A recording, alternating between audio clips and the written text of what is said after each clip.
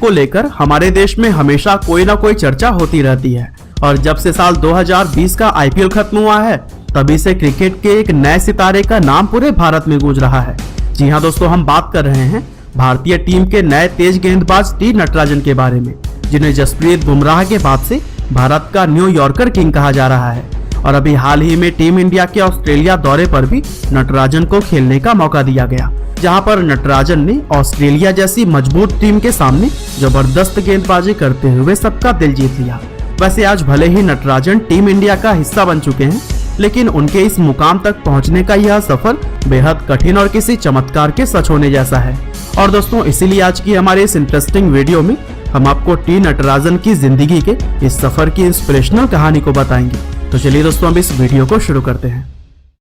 तो दोस्तों, इस कहानी की शुरुआत होती है 27 मई 1991 से, जब थंगरासु नटराजन का जन्म तमिलनाडु के सलेम जिले के पास एक छोटे से गांव में हुआ था। और वह एक बेहद ही गरीब परिवार में पैदा हुए थे, क्योंकि उनके पिता एक पावर लूम में छोटी सी नौकरी किया करते थे। हालांकि इस नौकरी से भी उनके घर का खर्च नहीं निकल पा रहा था और इसीलिए उनकी माँ खर्च चलाने के लिए सड़क के किनारे अपना छोटा सा चिकन स्टॉल चलाती थी। हालांकि घर में नटराजन समेत कुल 5 भाई बहन होने की वजह से कभी कभी उनकी आर्थिक स्थिति इतनी ज्यादा खराब हो जाया करती थी कि उन्हें बिना कुछ खाए पिए भूखे पेट ही सोना पड़ता था। अब आप खुद ही सोच सकते हैं कि इतनी गरीबी में अपना जीवन बिताने वाले नटराजन के लिए आज इस मुकाम तक पहुंचना कितना ज्यादा मुश्किल रहा होगा। लेकिन दोस्तों, नटराजन ने इतने सख्त हालातों के बावजूद कभी भी उम्मीद नहीं छोड़ी और खुद पर भरोसा करते हुए हमेशा ही मेहनत करते रहे। वैसे और भारतीय बच्चों की तरह उन्हें भी क्रिकेट का शौक बचपन से ही था और उन्होंने 5 साल की उम्र से ही क्रिकेट खेलना शुरू कर दिया था।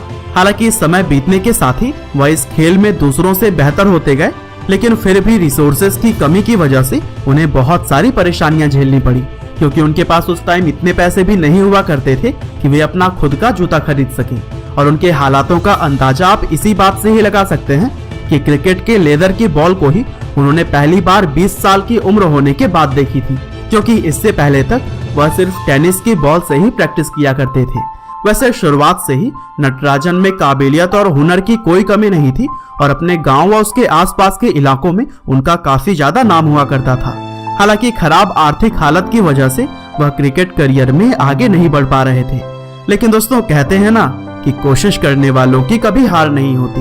और यही कहावत कहीं न कहीं तब सच हो गई जब ए जयप्रकाश नाम के एक व्यक्ति नटराजन का साथ देने के लिए आगे आए और फिर उन्होंने अपने खर्चे पर नटराजन को खेलने के लिए चेन्नई भेजा। दरअसल इन्हीं को ही नटराजन अपना बड़ा भाई, अपना गुरु और अपना गॉडफादर सब कुछ मानते हैं। और इतना ही नहीं, नटराजन की गैर मौजूदगी में उनके परिवार का ख्याल भी जयप्रकाश ने ही रखा था। और दोस्तों, नटराजन भी यह कह चुके हैं कि जयप्रकाश के मदद के बिना वह अपने गांव या फिर किसी कारखाने में आज मजदूरी का काम कर रहे होते। खैर, चेन्नई जाने के बाद से साल 2011 में उन्हें तमिलनाडु के एक डोमेस्टिक टूर्नामेंट में खेलने का मौका मिला और यहीं से पहली बार वह उस टूर्नामेंट के आयोजकों और क्रिकेट से जुड़े कुछ अन्य लोगों की नजरों में आए। दरअसल नटराजन में यॉर्कर बॉल डालने की गजब की काबिलियत थी, जिसके चलते आज भी वह ओवर की हर बॉल को ही सटीक यॉर्कर डाल सकते हैं। वैसे तमिलनाडु के इस घरेलू टूर्नामेंट में खेलने के बाद से नटराजन को एक के बाद एक अलग अलग टूर्नामेंट्स में खेलने का मौका मिलने लगा और उन्होंने पहले तो तमिलनाडु क्रिकेट एसोसिएशन के लिए 4th डिवीजन क्रिकेट खेली, जहां उनकी जबरदस्त परफॉर्मेंस के बाद उन्हें विजय क्रिकेट क्लब में शामिल कर लिया गया। और फिर इस क्लब के लिए नटराजन लगभग 1 साल तक 1st डिवीजन क्रिकेट खेलते रहे। और फिर एक दिन एक मैच के दौरान जॉली रॉबर्ट्स क्रिकेट क्लब के कोच की नजर नटराजन पर पड़ी और वह उनकी बॉलिंग से इतने प्रभावित हुए कि उन्होंने नटराजन को उनके क्लब की तरफ से खेलने का ऑफर दे दिया। और इस क्लब से खेलना नटराजन के लिए एक बहुत ही बड़ी उपलब्धि थी,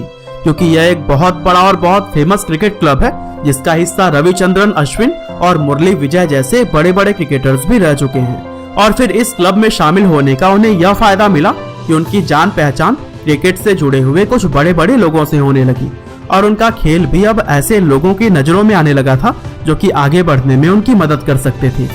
लगभग 1.5 साल तक नटराजन इसी क्लब के लिए क्रिकेट खेलते रहे और फिर आखिरकार साल 2014-15 में होने वाली रणजी ट्रॉफी के लिए उनका सिलेक्शन तमिलनाडु टीम में हो गया और यह उनकी जिंदगी की अब तक की सबसे बड़ी उपलब्धि थी। हालांकि उनकी यह खुशी ज्यादा समय तक नहीं टिक पाई, क्योंकि रणजी में सिलेक्शन होते ही उनके बॉलिंग एक्शन पर सवाल उठने लगे और उन्हें टीम से बाहर का रास्ता दिखा दिया गया। अब करियर के शुरुआती दौर में इस तरह से बाहर होना किसी भी खिलाड़ी का मनोबल तोड़ सकता है, लेकिन नटराजन हार मानने वालों में से नहीं थे और वह अपनी पूरी मेहनत से अपने एक्शन को सुधारने में जुट गए। लेकिन इस सुधार के लिए उन्हें किसी एक्सपर्ट की भी जरूरत थी जो कि उन्हें सही रास्ता दिखा सके, और ऐसे में उनकी मदद के लिए तमिलनाडु के पूर्व क्रिकेटर्स सुनील सुब्रमण्यम, दिवाकर वासु और एम वेंकटरमन सामने आए, जिसके बाद से अपनी मेहनत और इन एक्सपर्ट्स की मदद से नटराजन ने बहुत ही कम समय में अपने एक्शन को सुधारकर क्रिकेट में कमबैक कर लिया। और इस कमबैक के बाद तो उनकी परफॉर्मेंस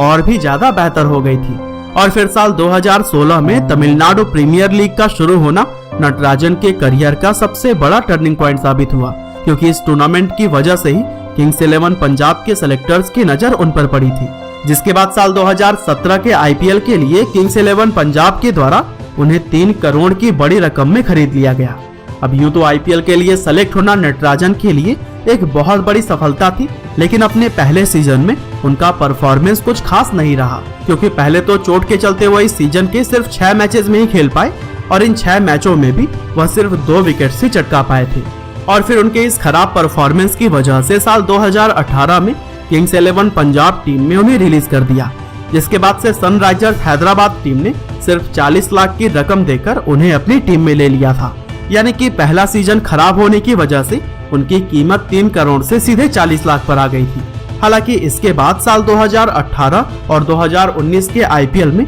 वह प्लेइंग 11 में भी जगह नहीं बना पाए, लेकिन साल 2020 के आईपीएल में जब उन्हें मौका मिला तब उन्होंने कमाल करके ही दिखा दिया। इस सीजन में दुनिया के बड़े बड़े बल्लेबाज नटराजन की गेंदबाजी के सामने बेबस होते हुए नजर आए, और उनकी यॉर्कर इतनी सटीक थी कि एमएस धोनी जैसे बड़े बल्लेबाजों के पास भी नटराजन के बॉलिंग का कोई जवाब नहीं था। कुल मिलाकर इस पूरे सीजन में नटराजन ने किफायती गेंदबाजी करने के साथ ही 16 विकेट भी चटकाए, जिसमें कि एवी डिविलियर्स और विराट कोहली जैसे बड़े बड़े बल्लेबाजों का नाम भी शामिल था। और जिस तरह से उन्होंने एवी डिविलियर्स को क्लीन बोल्ड कर दिया था, लोगों को समझ आ गया था कि नटराजन कोई मामूली गेंदबाज नहीं है। और फिर आईपीएल में उनकी इस जबरदस्त परफॉर्मेंस को देखते हुए उन्हें टीम इंडिया के ऑस्ट्रेलिया दौरे के लिए सिलेक्ट कर लिया गया, और इस तरह से नटराजन का भारत के लिए खेलने का वह सपना साकार हो गया जिसको बहुत से लोग नामुमकिन मानते हैं। और इस ऑस्ट्रेलिया दौरे पर नटराजन ने 1 वनडे और 3 टी20 मैचेस खेले,